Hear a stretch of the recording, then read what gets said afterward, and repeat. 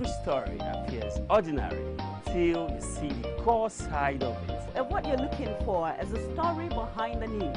We bring it to you from Lagos, the commercial capital of Nigeria. Giving you all sides and political stories round the clock. Every detail from the start line to the final whistle. CoreTV News, expanding your view.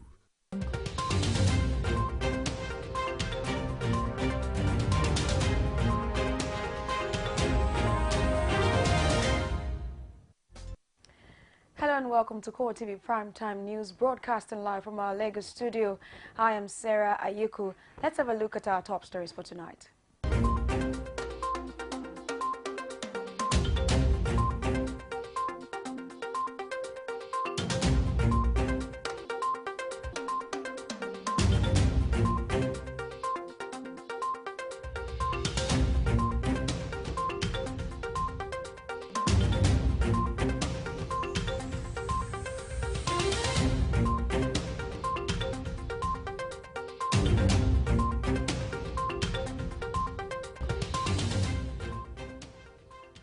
Now, the news in full. President Muhammadu Buhari has sought for the cooperation of labor unions in the quest of his administration at tackling challenges confronting the nation.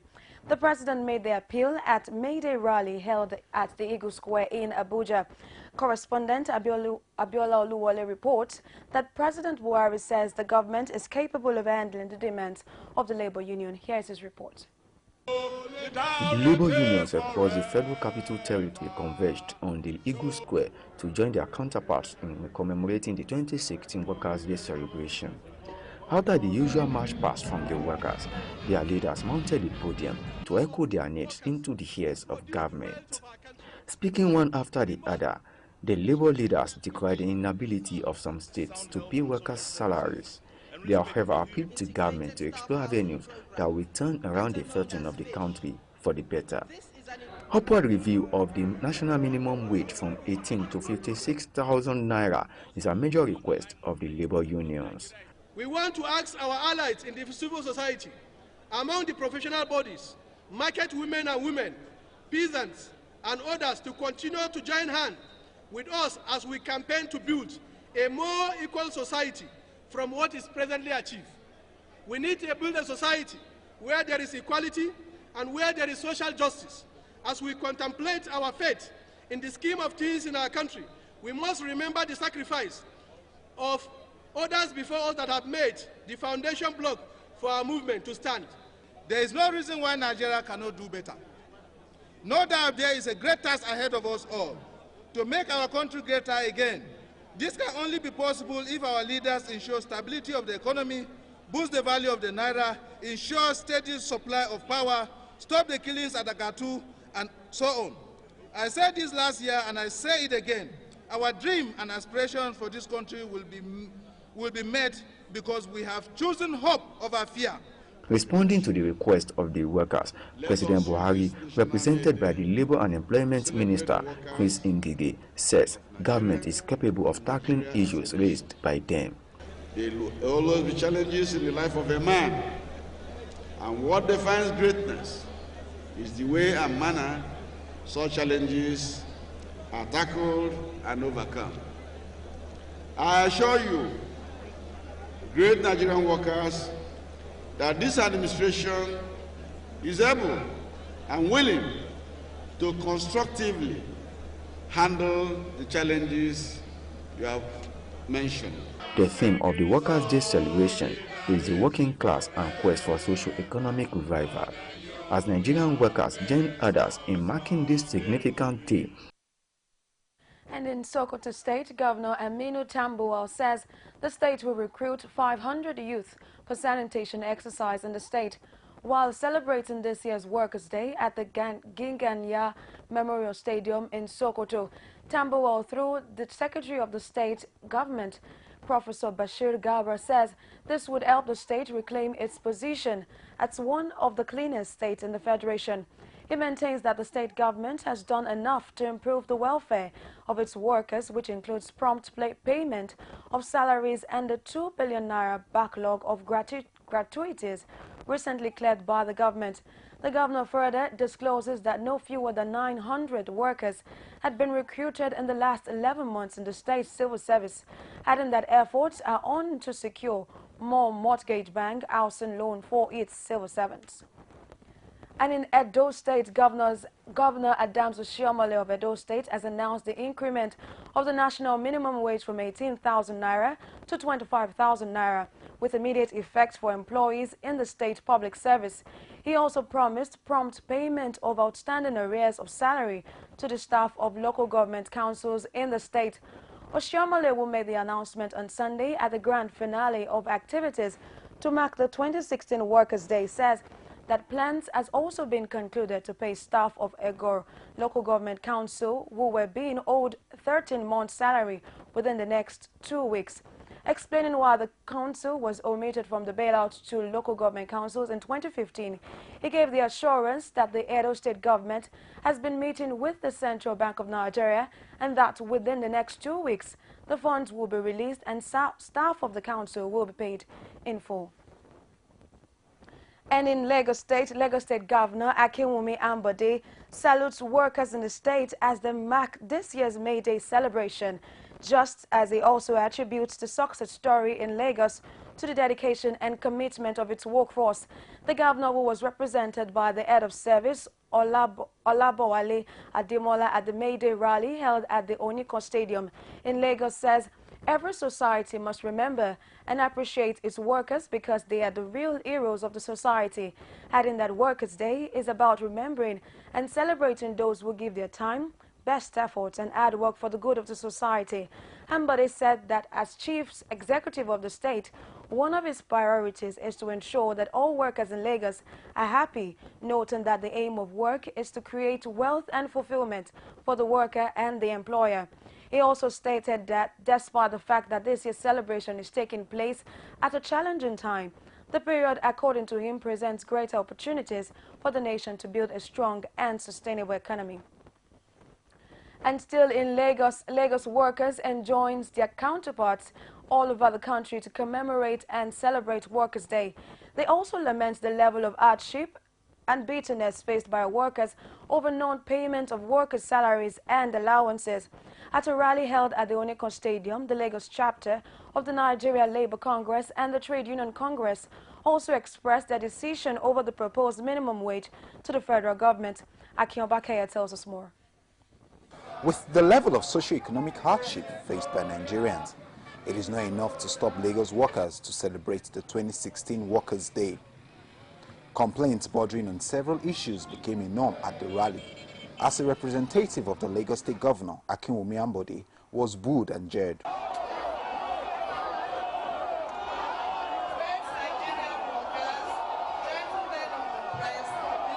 With the lingering fuel crisis that has stumped the country in recent time, and the high patronage of the black market operator, NLC chairman has urged Lagos residents to abstain from dealing with fraudsters.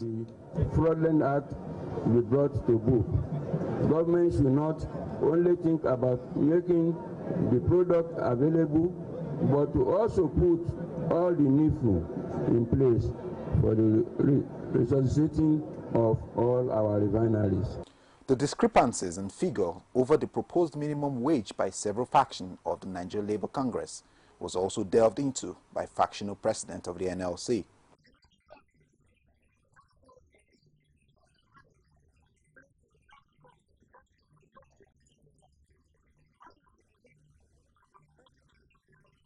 Have they considered it necessary to reduce the cost of governance in their respective states? No. Have they reduced their security votes? No. All that we are saying is that we are rich. They should not make those of us that are making the money to be impoverished. As the Workers' Day celebration is filled with complaints, a call goes out to both the federal government and the state government to ensure workers get reward for their labor. Akinobakeya, CoreTV News, Lagos. And still on Workers' Day, in Oyo State, a faction as Nigerians workers join their counterparts today across the world to celebrate May Day. It is eminent that most of them only hope and pray the government finds a lasting solution to the unpaid salaries in over 10 states. At the May Day rally in Oyo State, workers expressed how they feel about the economy and x-ray possible solutions that the government can employ to help the country as a whole.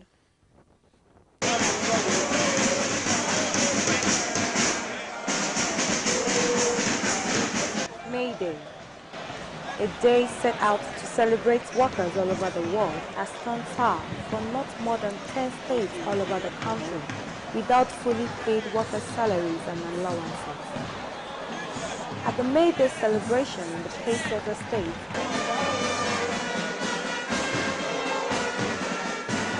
not too much workers turn out for the rally, which some account to lack of money and no reason to celebrate. An aggrieved worker says the economy of Nigeria is terribly affecting a lot of people, but hopes the government does something about it. It is nothing to write home about. As you can see, workers are suffering all over. I want to believe that it is the federal government that has to map out a way of cushioning the effect of hardship the workers suffer. Another worker, however, restates the sadness in the society. People are not happy. Workers are not happy. Pensioners are not happy. Even the entire citizenry is not happy. Because it is what goes to the workers or the pensioners that trickles down to the masses. The masses are suffering. A lot of them have folded up their businesses. The theme of the 2016 May Day celebration aims to restate the importance of workers in the society. This year's celebration is the working class and the quest for socio-economic revival. Our government at various levels needs to urgently articulate ways and strategies to turn around the benefit of our people, the socio-economic fortunes of the country. One can only hope that the state government as well as the federal government finds a lasting solution to the unpaid salaries of workers affected in their different states.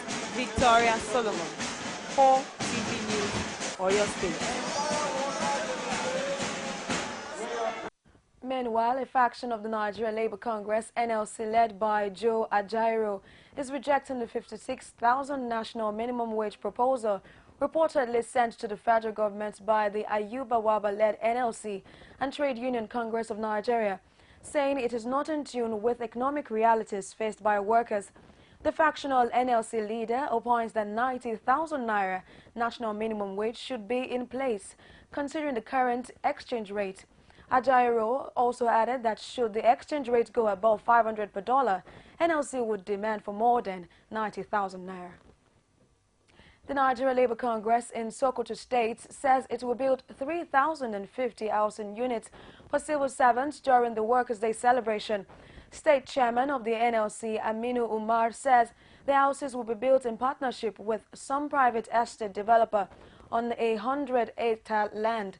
He further commends the state government on regular payment of staff salaries and arrears of gratuities to retired civil servants in the state.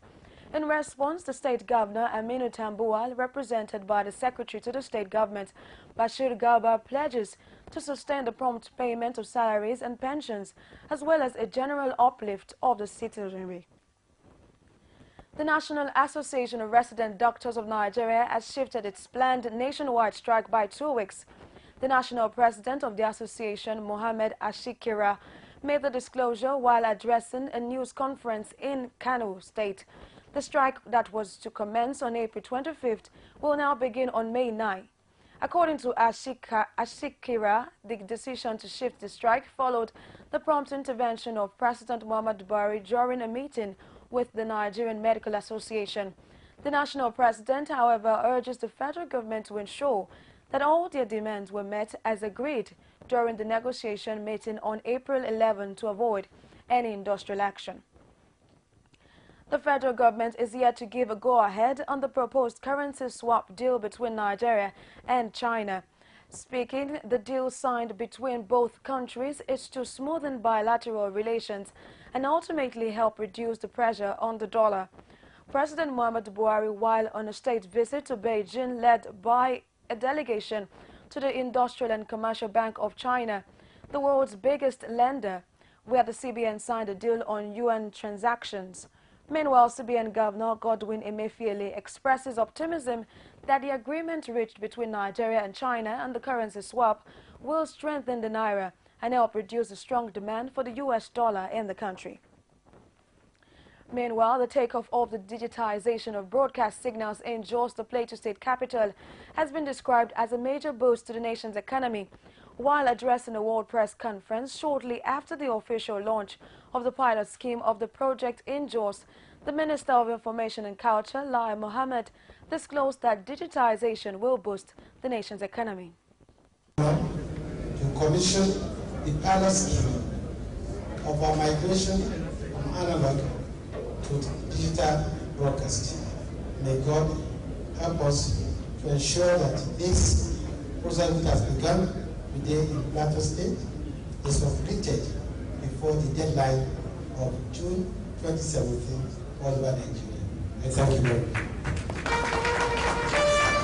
The moment the journey that started in 2006 to digitize broadcast signals in Nigeria started yielding fruits, with the official switch over to digital from analog form of disseminating signals in Jos. The pilot scheme of the project, according to the Acting Director General of the National Broadcasting Commission, will ensure that the people of Jos and environs have access to better quality television experience and 14 stations in the first instance. Pilot launch is the first practical demonstration of the reality of the DSO in the country, wherein 15 channel operators have been selected, as you can see on our right and your left, to operate in Jos using the set-top boxes and transmitting through one of the licensed signal distributors, ITS. The reality of the DSO will be evident today after the launch, as many homes in Jos, where the federal government, through the minority of our Honorable Minister, Mr. Lai Mohammed, has given free a limited number of set-top boxes and digital signals of 14 channels will be received. The Plateau State government, however, reiterates its commitment to back the digitization process every step of the way. Based on our oars in sensitizing the people on the migration from analog to digital broadcasting. In furtherance of our avowed commitment in partnering with all relevant stakeholders to place the state and Nigeria on the map of digital bandwidth transmission, the state government did not relent in her support to ensure that the project is achieved. Some of the stakeholders involved in the journey to the digital switchover in Jos, the Plateau State capital, talked about the journey to where we are today. They, however, reiterate that they will be working harder to ensure that the digital switchover goes around the country in no time. Kazim Kasali, CoreTV News, Jos. Stories on party politics after this break. Do stay with us. You know, Angela, that's a very difficult question. It is difficult to respond to that question. Angela, that's a great question. Great question, Angela. Angela, that is a very great question. That's a great question, Angela. Okay, that's a great question. Yeah, very good question. That's a good question. That's a good question. That's an interesting question. This is an interesting question you pose. 60 Minutes with Angela. Again, answers to every question you always wanted to ask. Every day, every hour, and every minute, news break in Nigeria. Things happen so fast, it's most times difficult to track and comprehend them.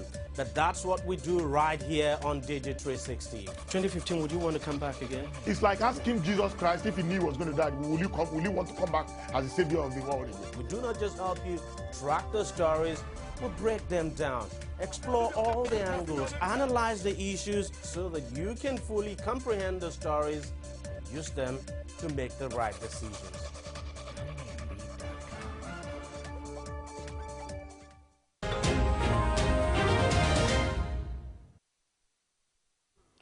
Welcome back. If you've just joined us, you're watching CoreTV Primetime News, broadcasting live from our Lagos studio.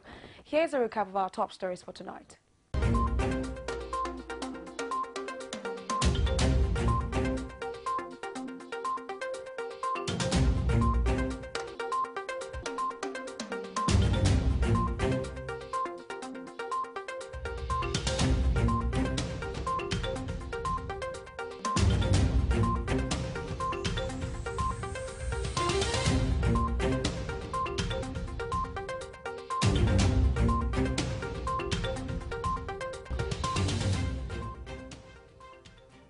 Thanks for staying with us. You can check our social media platform for more of our top stories, facebook.com/CoreTV News.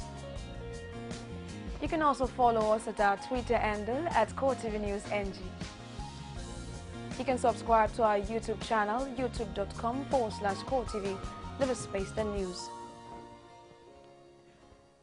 The People's Democratic Party PDP Ward Congress in Taraba State has been conducted in a itch-free atmosphere. National Secretary of the party and Chairman of the Congress Organizing Committee, Emmanuel Ekpripo, says the Congresses went according to the expectations of the committee. Our correspondent, Udwa Godwin, who monitored the exercise, reports that the Congress was conducted in 168 wards of the 16 local government of Taraba State. The People's Democratic Party, PDP, in the state maintained that the party's Ward Congress is an internal democratic affair, hence their stance on consensus candidacy. A team from the national officers of the party are on hand to monitor the exercise. Very peaceful. I think party members in Taraba are united, and the Congress is going on very well. If it is like this in all the local governments, in all the states, there won't be any problem. Taraba is peaceful, the Congress is peaceful, and I believe it will be successful to the end. It's the best for the party to agree on consensus. It has been our normal practice, consensus, and the provision of our constitution allows that. So they are in line with the constitution and the guidelines for the conduct of the World Congress. Some of the centers visited recorded a good turnout of members of the party.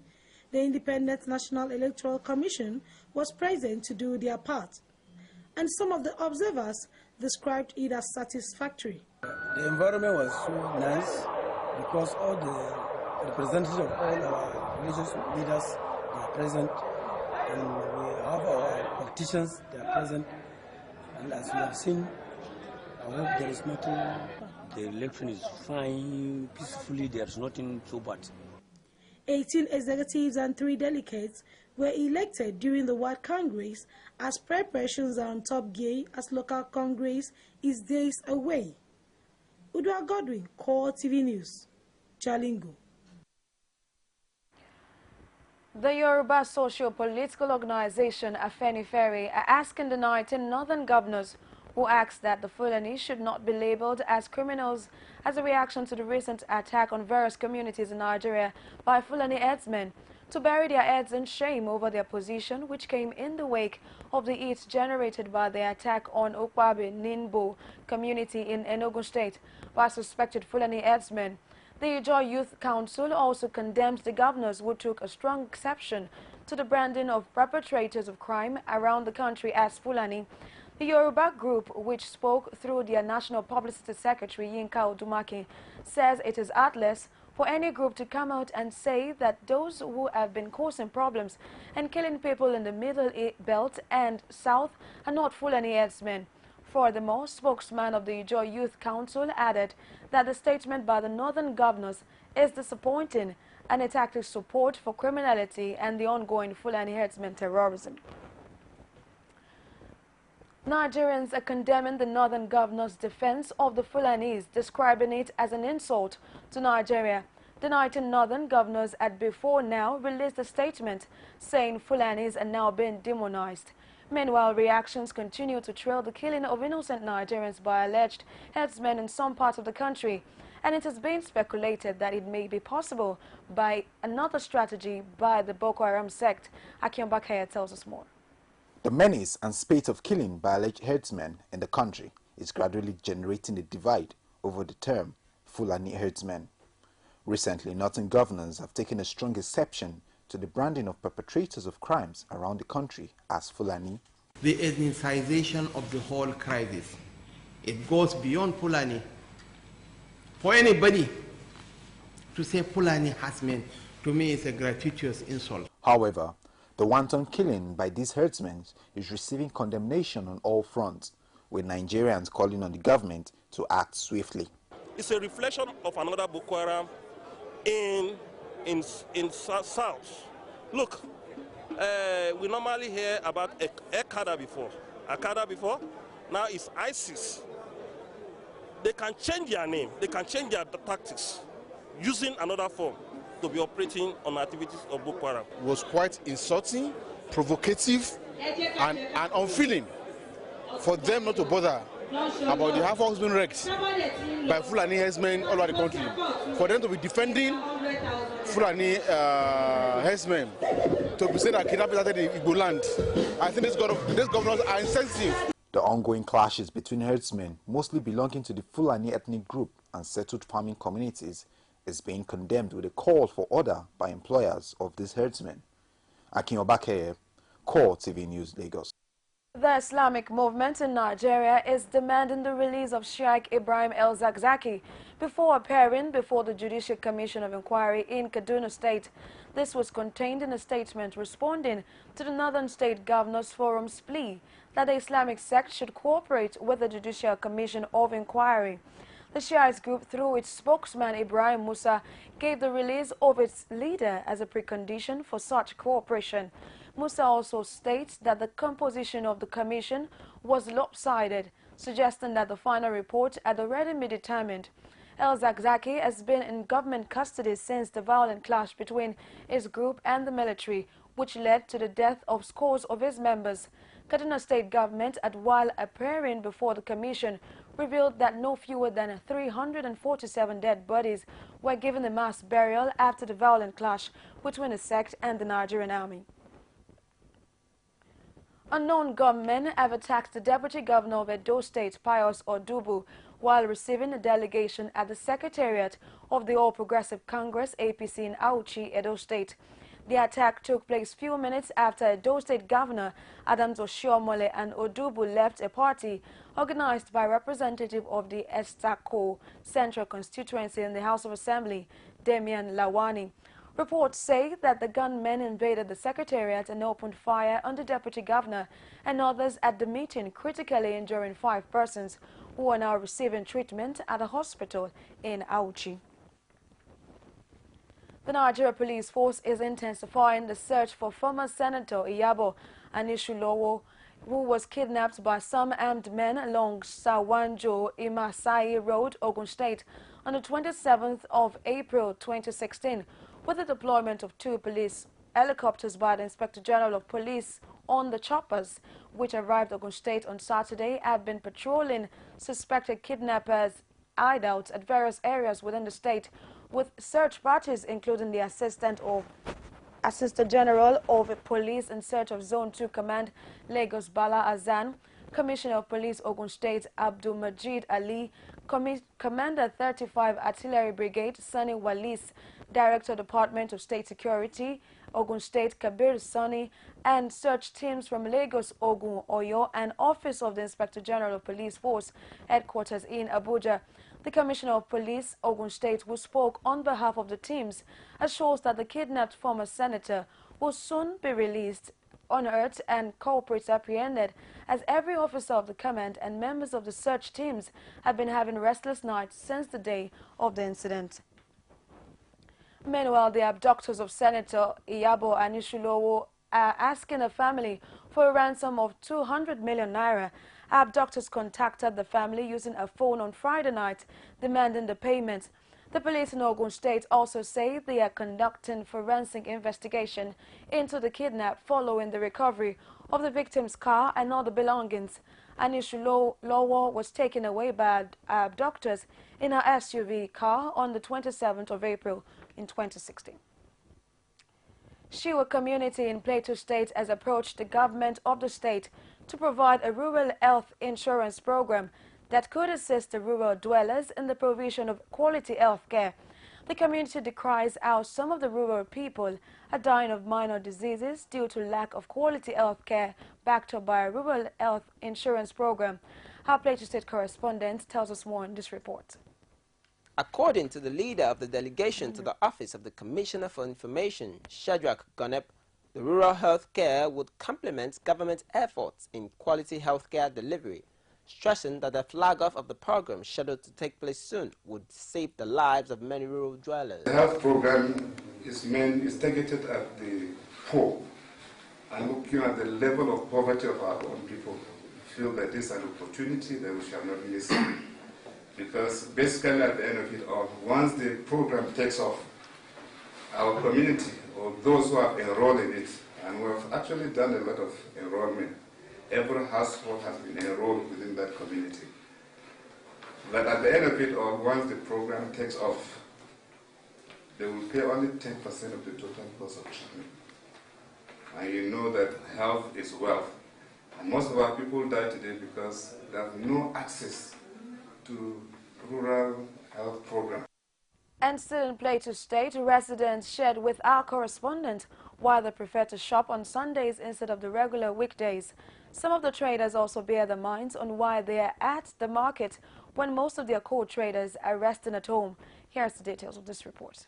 At the popular market, Jos, several traders were seen displaying their wares by the roadside for prospective buyers. This market, known for its heavy vehicular and human movements during weekdays, is however characterized by low traffic on Sundays, which is the reason why some residents prefer to shop on Sundays. According to some of them, shopping on Sunday is more convenient as one does not have to go through the trouble of spending so much before getting what they want. Others are of the opinion that although not many shops are opened, the moderate prices of goods prompts them into shopping on Sundays.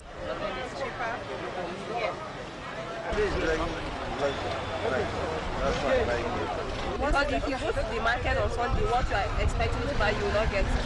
Because what I'm expecting to buy, I didn't even have it up, so I didn't get it. Some traders said Sunday is the best days for sales because most of their customers come straight from church to patronize them, while others say due to lack of shops in the market, they are only able to trade their goods by the roadside when most shops are locked on Sundays. Customers come plenty.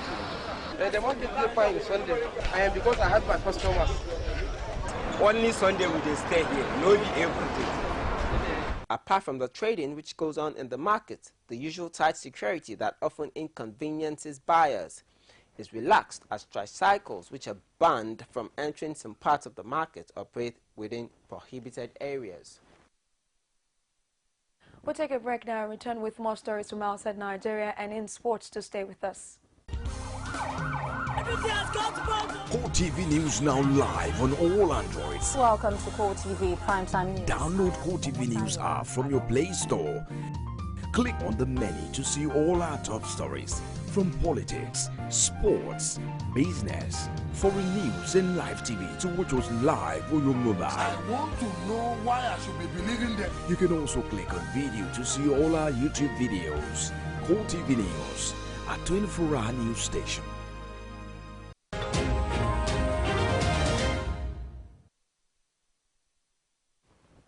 And on the foreign scene, a suicide car bomber has killed 2 policemen and injured 23 in southeastern Turkey. The bomb went off outside police headquarters in the southeastern city of Gaziantep near the Syria border. Police later raided the home of a suspected member of the so-called Islamic State group who is believed to have carried out the attack. The police building is close to several government offices, including that of the governor and mayor. According to reports, meanwhile, the Istanbul police used water cannon and tear gas to disperse protesters trying to stage a May Day rally in Taksim Square, the scene of the violent anti-government protest in 2013. The German right-wing party Alternative for Deutschland has adopted an explicitly anti-Islam policy. Delegates at a party conference adopted a ban on minarets, the call to prayer and the full-face veil, saying Islam was not part of Germany. The start of the conference in Stuttgart was disrupted by clashes, and hundreds of left-wing protesters were detained. Formed 3 years ago, AfD achieved gains in 3 state elections in March after campaigning against Chancellor Angela Merkel's decision to accept 1 million migrants in 2015. And in sports. Our style, and that's what he delivered. Leicester City may just be risking their league title triumph as they were held to a 1-1 draw at the Red Devils' Old Trafford Stadium. Manchester United went ahead in the game with the help of an Anthony Martial 8-minute goal before Wes Morgan pulled in a lever for Leicester 9 minutes after. bringing the game to a stalemate after 90 minutes. Meanwhile, Leicester City's closest rival, Tottenham Hotspur, can still win the league should Leicester City lose any of their last 2 games. Tottenham will be playing at 8 p.m. on Monday night against Chelsea at Stamford Bridge in a win or bust tie. Swansea City make sure of their Premier League survival. Andre Ayew's header and a sumptuous Jack Cork goal puts the host in charge after a vibrant first-half display. Christian Benteke nodded in to give the visitors hope, but Ayew's second goal swiftly ended those aspirations. Brad Smith was then sent off for Liverpool, whose hopes of Champions League qualification now rest on winning the Europa League. It is a victory which moves Swansea, who have 2 games remaining, to 13th in the table and opens an unassailable 11-point gap between them and third-room bottom Sunderland.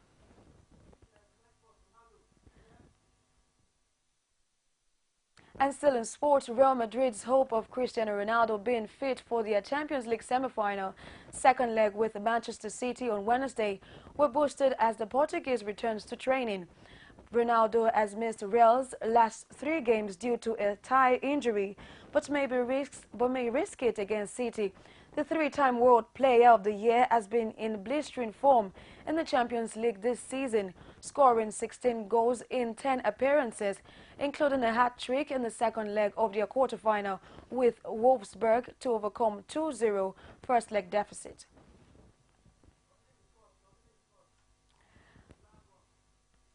British #1 Johanna Konta has retired from the Madrid Open with an upper respiratory illness.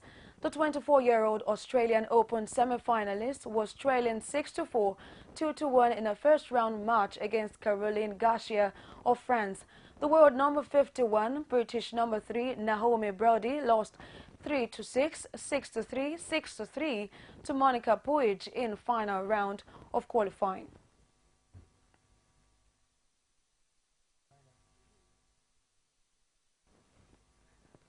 And that's it on CoreTV Sports News and on Primetime News. But before we go, let's have a recap of our top stories.